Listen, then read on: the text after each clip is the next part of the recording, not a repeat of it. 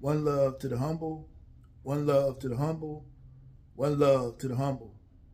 Grace and peace be multiplied unto you. Well, look, I'm going to get right into it. So the question is, why is it that black men and women go at each other online every day? Why is it? Well, just to give you a quick short answer right off the top, the short answer is this. It's about power. Power and control is what it's about between black men and women right now. It's a power struggle. You know what I'm saying? Complete power struggle right now. That's what's causing all these problems. Excuse me. Let me move this, fix this camera a little bit. That's okay. But it's a complete power struggle that's going on right now. And it has taken on a life of its own. It's not even about really anybody giving anybody any good information anymore. It's about exposing the nature. You get what I'm saying? That's what it's about now. It's become a circus at this point, because everything that's done is detrimental to our community. Because see, what people don't realize is that when you're watching it on social media, it's creating a mindset amongst us about each other. It's creating a particular mindset, and it's exposing the weaknesses of each other. And when you expose somebody's weakness, you don't see them the same way you used to see them before they was exposed, before their weakness was exposed. See, what they has done is women in general, black women in particular, they have exposed women in a way that women have never been exposed before. The way we see women now from social media, we have never seen them on that level before. Most men have never seen that side of women. They didn't know it existed. Excuse me. But that has been exploited. And so what women do now is they come back and they try to combat it by doing and clowning men and saying things like that about men. It's not the same thing, because it's hard to expose things about men, because of men are most of the time logical, and the things that they're going to say about men is not nothing new. It's the same thing that's been said for the last 20, 30, 40 years, right?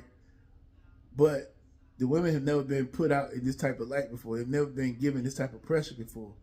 So it's going to create hatred.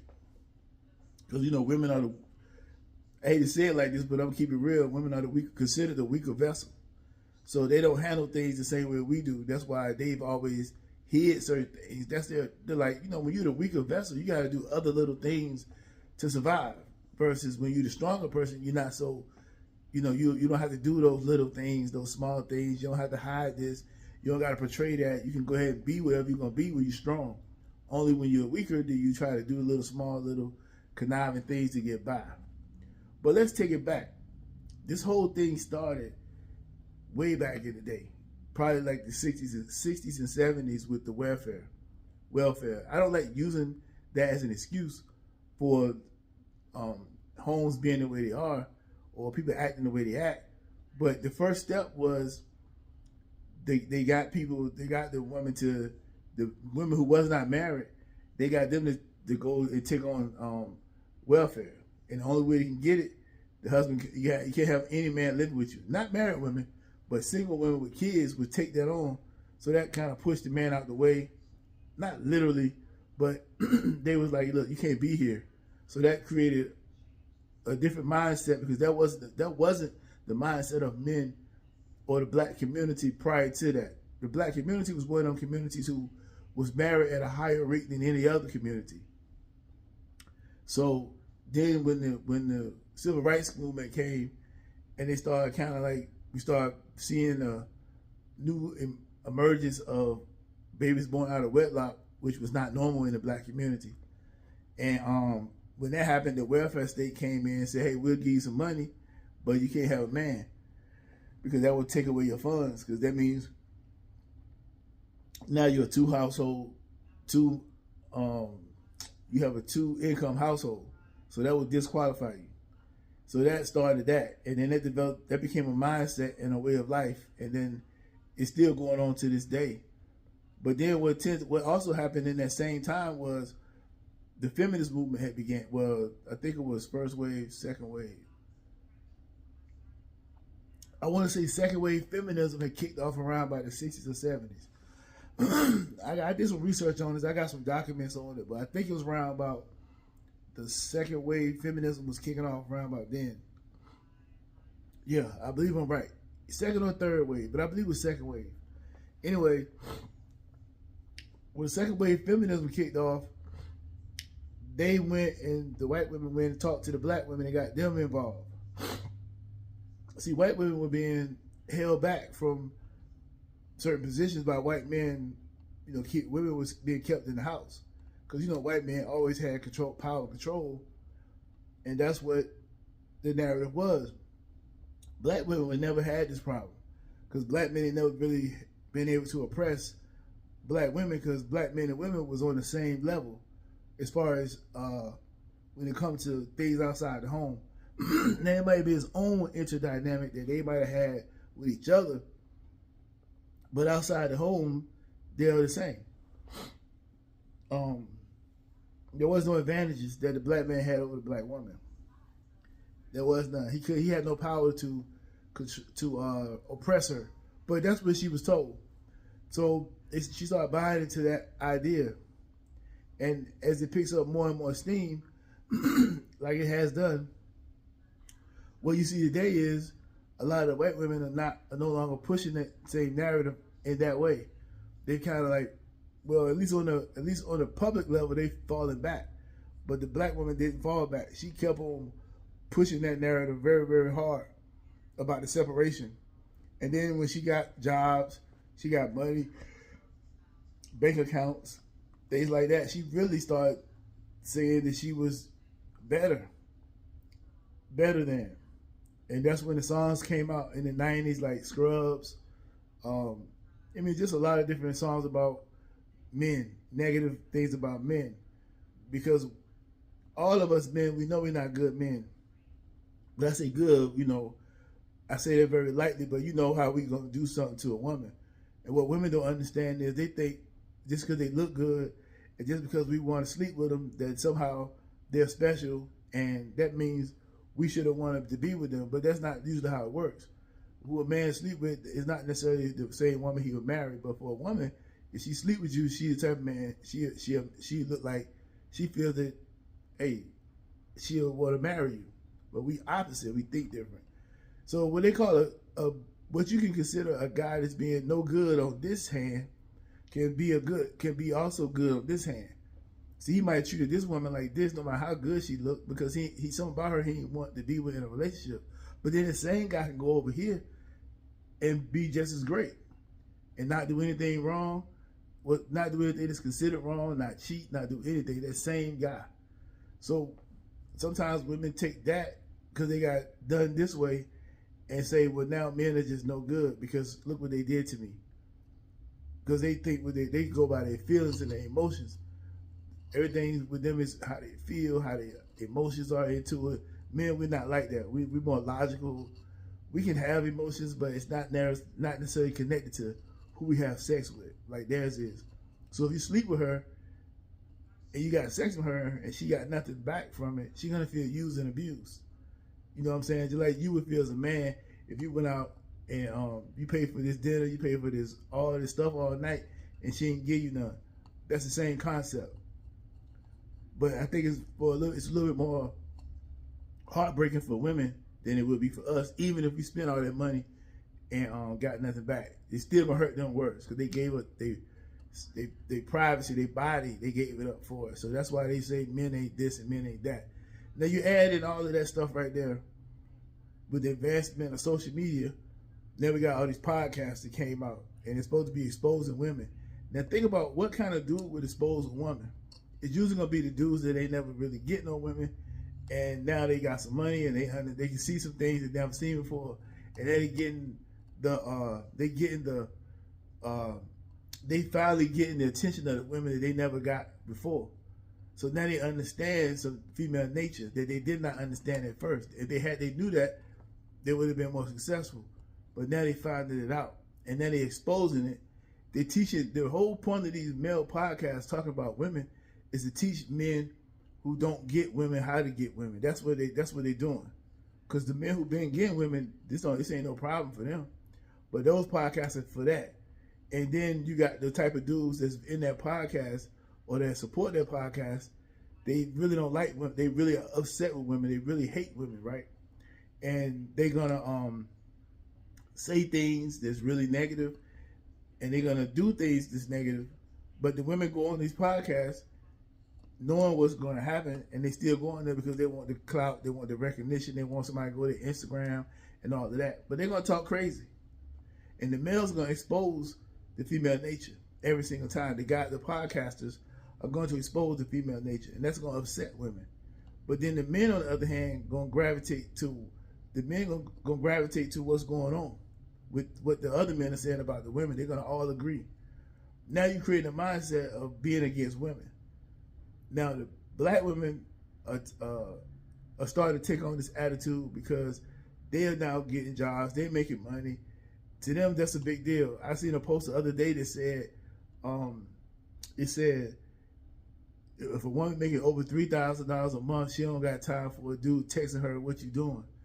That's the most low IQ comment or post you could ever make. Just because you pay over $3,000 in bills. Oh, I said it right. She said she's paying over $3,000 in bills. She don't got time for a dude that's saying, texting her, "What you doing?" Now, just because you make paying over $3,000 in bills, somebody can't ask you what you're doing. See, that's what happens. That's what goes to your head when you start getting a little something. See, when men get something, we think about how we can build a family, how we can do this and that. When women get money, they think about how they can get away from it, how they can be separate away from it. And just like you got men that hate women, you got women that hate men. So black men and black women having a problem now. Black women have always been the least desired and the last to marry. It's always been the case. So with that being the case, you can expect it to be some type of animosity between the two. So that's what created the animosity, right? The animosity starts between the two. And when one is making money and they feel like they've been done wrong by the other, it's like, now I don't have to put up with that anymore. So the women saying, I don't got to put up with that no more. And I'm making money. And I'm better than you now because I got a college degree. I started a business. I got all these things, and you're not doing that, so I'm better than you because we're the most enrolled. That's what they say. Black women are most enrolled in college and all that stuff. So what do you think that's going to do? If a person has not been able, historically wasn't able to do certain things, and now all of a sudden they getting access, they being pushed above the man. The man getting pushed down. He's not getting the opportunities. She's getting the opportunities. So she gonna automatically think in her mind, I must be better than them because look at what I got and look what they don't have as much as me, right? That's starts one set of animosity. Then is, well, I'm not dating a man that don't make this type of money. He ain't this tall. He ain't got this going on. He ain't got that going on. So that's going to automatically make the men upset about that. The men not going to like that. Because he said, how you judging me off these things that really don't matter? You know what I'm saying? That's not what men look at women for. Is men don't look for women. It comes like down the list. The top of the list is not about her degree, how much money she make, none of that. But she leads with that.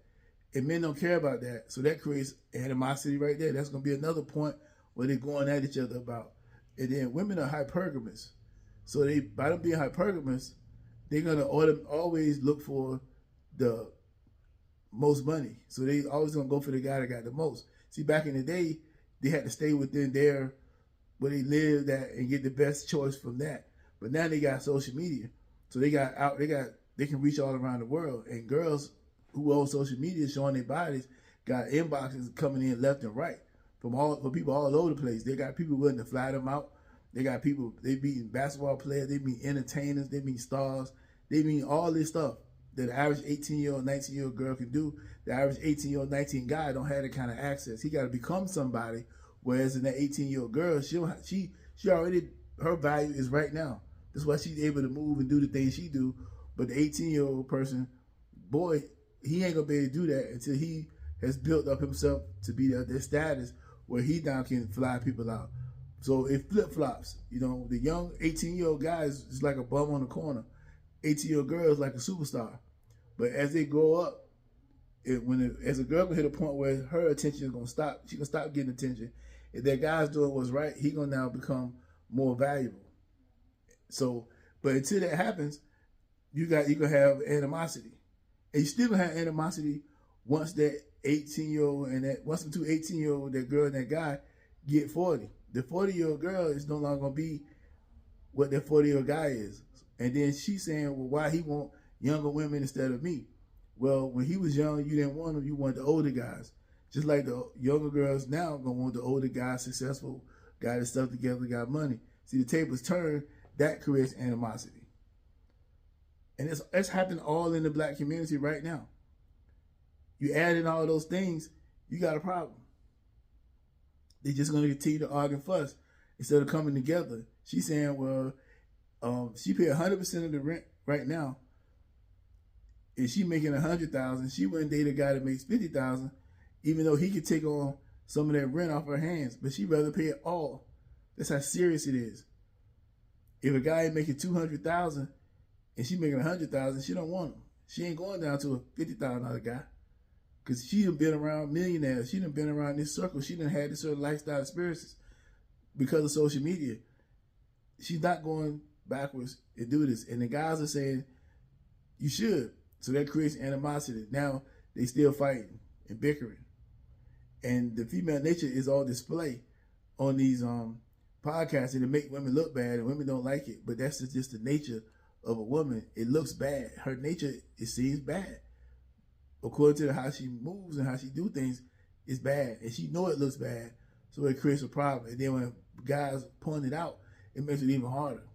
Because she going to fight back against that. She's not going to, because women usually not let certain things like that out in the public. They kept it to themselves, so they'd be mysterious and you couldn't figure out what they was doing. That was their strength, because they're the weaker ones.